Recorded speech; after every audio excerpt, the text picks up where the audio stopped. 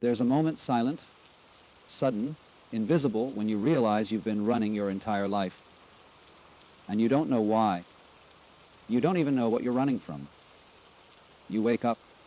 The alarm pierces the dark.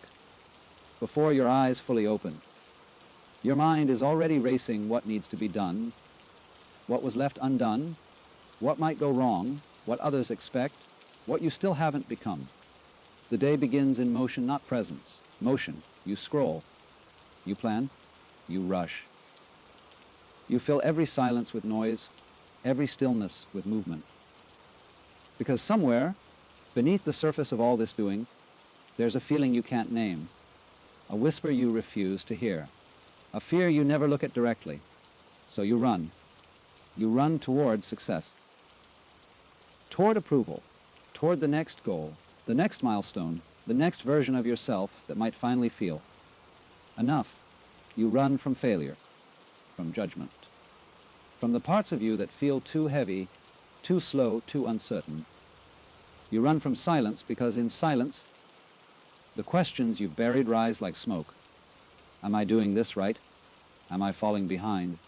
What if I never arrive? And the world encourages this. It applauds the hustle. It worships the grind. It hands you a medal for exhaustion and calls it ambition. You look around and everyone else is running too faster, harder, longer, and so you believe this is what life is.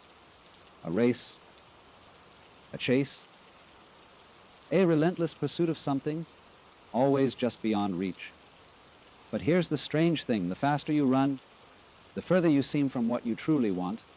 You achieve, you acquire, you advance, and still that quiet ache remains. That sense of something missing.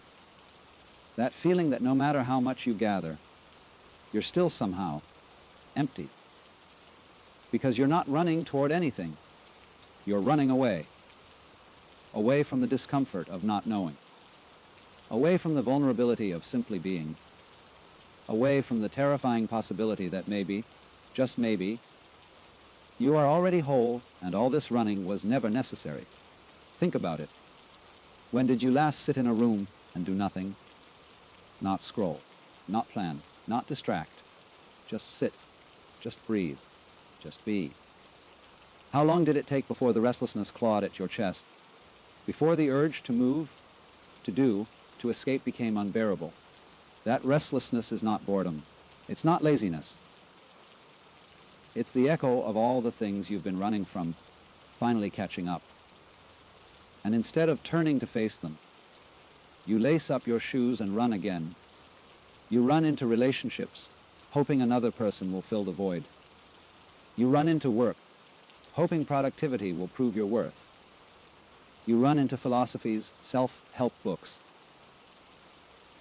spiritual practices, hoping that if you just learn the right thing, do the right thing, become the right thing, you'll finally be allowed to stop. But the permission to stop doesn't come from out there. It never did. The Sufis have a teaching. Wherever you run, you take yourself with you. You can cross oceans, climb mountains, reinvent your life 1,000 times, but the one thing that follows you everywhere is you. The unresolved, the unfelt, the unmet, and so the running becomes a loop, a treadmill. You move with such intensity, such conviction, and yet you arrive nowhere, because you're not moving through space. You're moving in circles around the very thing you need to face. Here's what no one tells you. Life doesn't begin when you finally reach the destination. It doesn't begin when you accomplish the goal, earn the title, or become the person you think you should be. Life begins the day you stop running, not because you've given up, not because you're defeated, but because you finally realized there is nowhere to get to. There never was. You've been taught that life is linear, that you start at point A, struggle toward point B, and eventually, if you work hard enough, you arrive at point C, where peace, fulfillment, and meaning are waiting. But this is the great illusion, the grand deception, because life isn't a destination. It's not a finish line. It's not something you reach after enough effort, enough sacrifice, enough becoming. Life is here, in this breath, in this moment, in the quiet space between the thoughts. It's been here all along, waiting for you to stop running long enough to notice. When you stop running, something extraordinary happens. The world doesn't collapse. You don't fall behind. You don't lose your edge. Instead, you begin to see, you begin to feel. You begin to experience the texture of your own existence without the constant filter of fear and striving. You notice the weight of your body in the chair, the rhythm of your breath, the light moving across the wall, the quiet hum of being alive. These aren't small things. They're everything. They're the substance of life itself. But you've been running past them your entire life, convinced they weren't important enough, weren't productive enough to deserve your attention. Stopping doesn't mean quitting. It doesn't mean abandoning your dreams or surrendering your desires. It means releasing the frantic grip. It means allowing yourself to move through life with intention instead of away from fear. When you stop running, you stop treating life like a problem to solve. You stop viewing yourself as a project to fix. You stop measuring every moment against an imagined future where you'll finally be ready, finally be worthy, finally be free. You discover that freedom isn't something you earn, it's something you remember. So how do you stop? You start by noticing. Notice when the urge to run arises. Notice when you reach for your phone, when you fill the silence, when you distract yourself from discomfort. Don't judge it. Don't fight it. Just see it.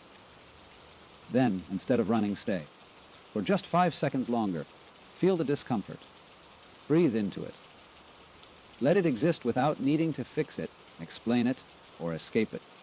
This is the practice. Not a grand transformation, not a sudden awakening. Just this, the willingness to stop running, even for a moment, and see what's actually here. You've been running so long, you've forgotten what it feels like to arrive. But here's the truth. You're already here. You always have been. And life is ready whenever you are. There's a version of you that you've been trying to become for years, and it's killing the person you already are. You carry an image in your mind, a perfect outline of who you're supposed to be, confident, successful, put together. Someone who has their life figured out.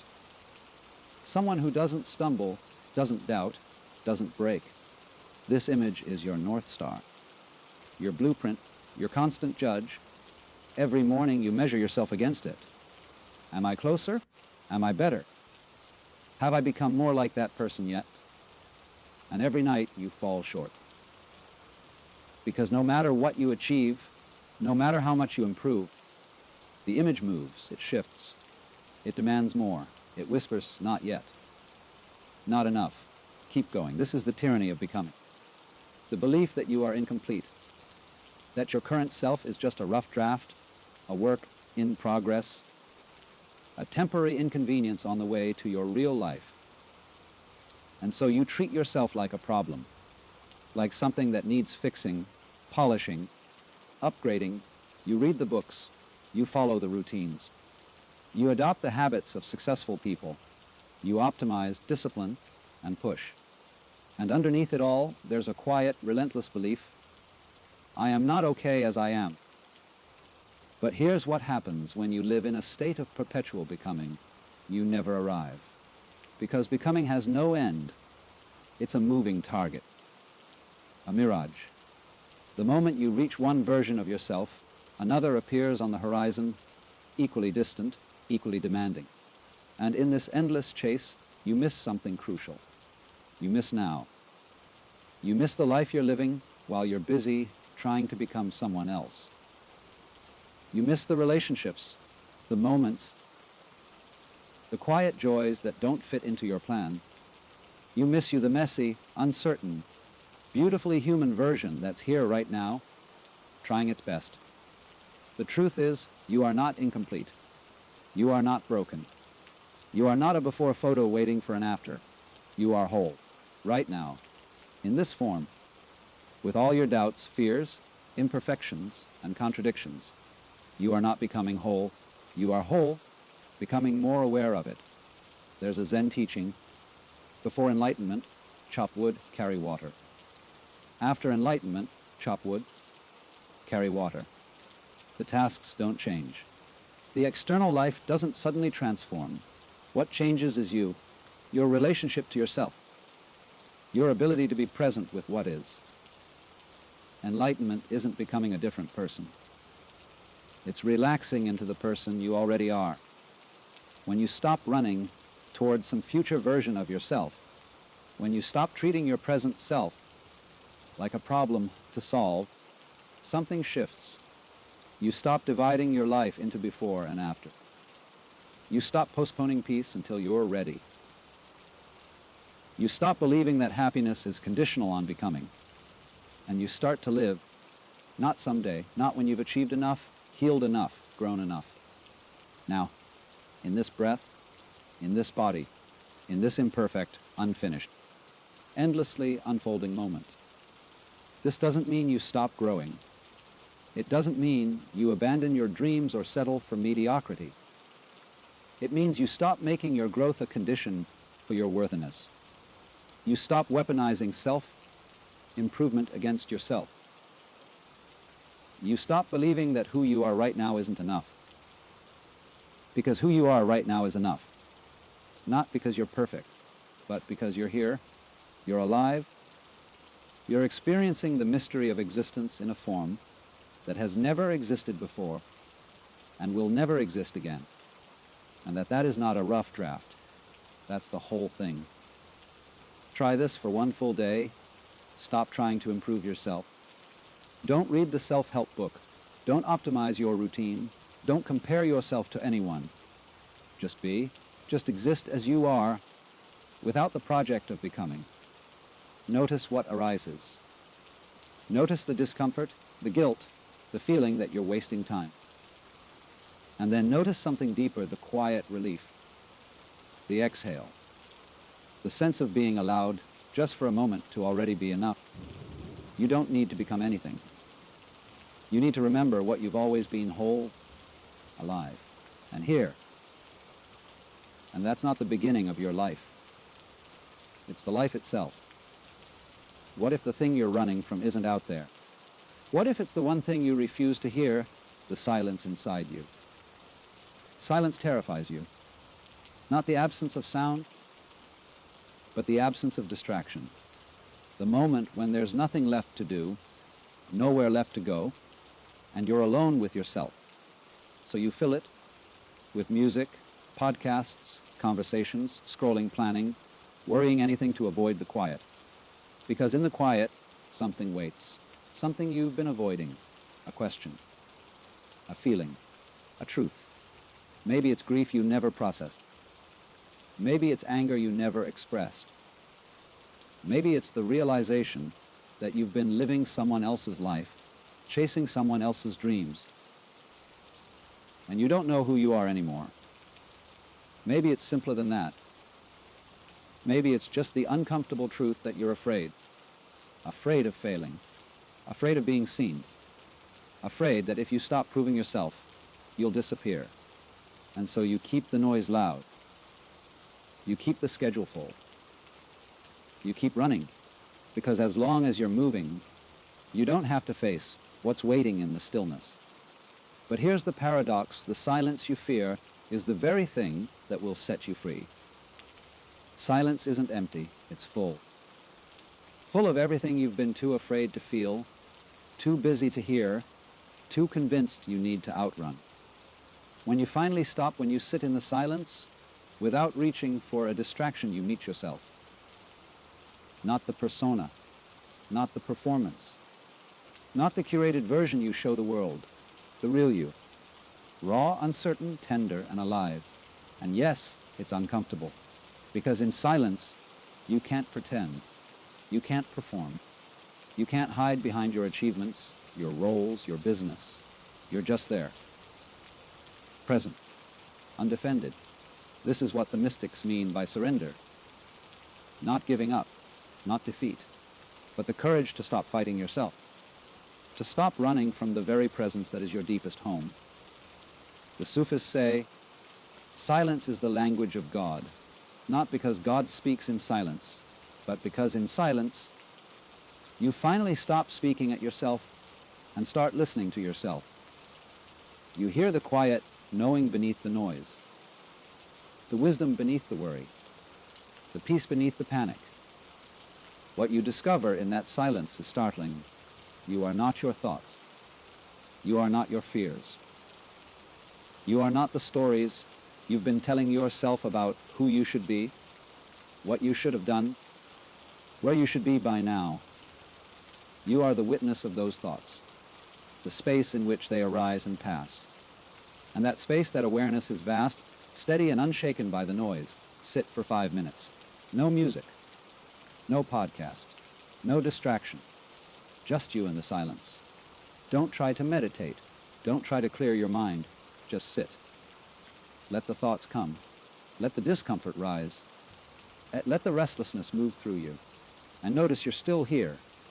You're still breathing. The silence didn't destroy you. It held you. The silence isn't your enemy. It's your sanctuary. And the moment you stop running from it, you'll realize it was never silence at all. It was the sound of your own soul waiting for you to come home. You've been everywhere, searched for everything. And now, finally, you're ready to stop. Not because you're tired, because you're awake. After all the running, after all the striving, after all the becoming, you arrive at the strangest realization: there was nowhere to go. No distant land where peace lives. No future version of yourself holding the key to your freedom. It was always here, in the breath, in the present, in the simple, sacred act of being alive. And you feel something you haven't felt in years: stillness. Not the forced stillness of exhaustion, the natural stillness of arrival. You're not frozen. You're not stuck. You're simply here, fully, completely.